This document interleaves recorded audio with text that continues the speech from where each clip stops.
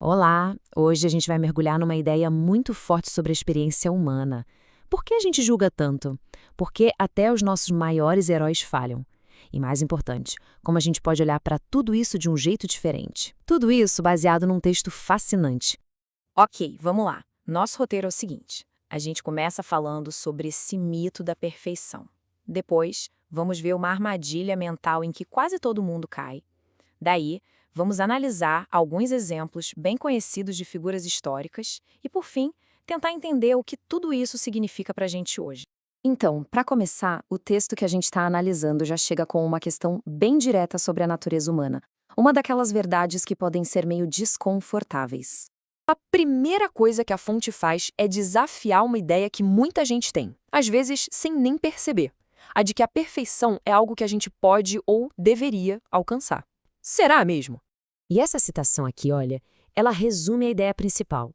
O texto já deixa claro desde o início que ser imperfeito não é uma exceção. Na verdade, é a condição de todo mundo. Agora, vamos ver como essa ideia de que todo mundo é imperfeito acaba se transformando numa verdadeira armadilha psicológica. Uma em que a gente pode cair sem nem notar. O texto aponta para uma tendência humana que é super comum. A gente avalia a nossa própria moralidade numa escala. O nosso senso de estar certo muitas vezes depende de sentir que somos melhores do que o outro.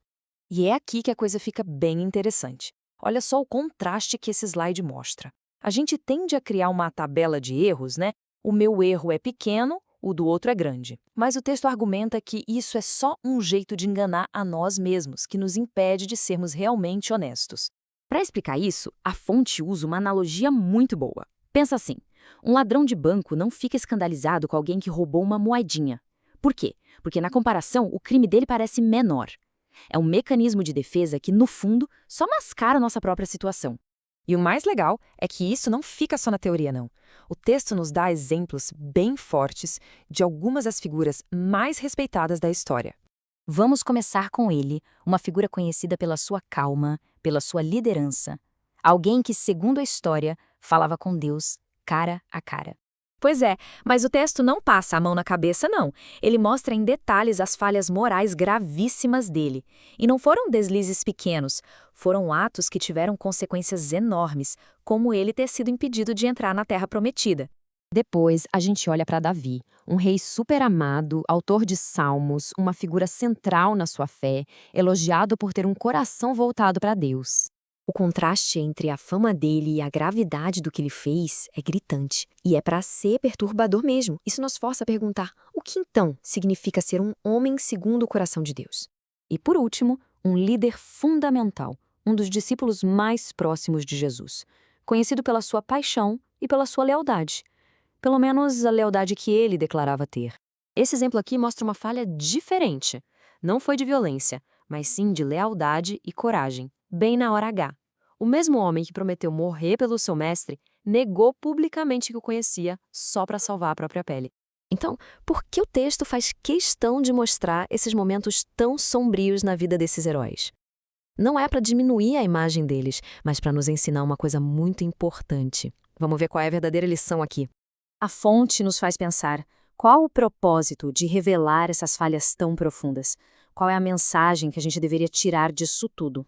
A resposta, segundo a análise, muda tudo de figura.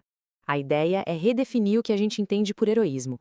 Não se trata de ser perfeito, mas sim de ter um propósito e ser útil mesmo com todas as imperfeições.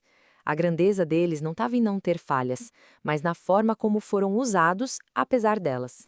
E aí o texto faz uma distinção que é crucial. A falha em si não é o fim da história.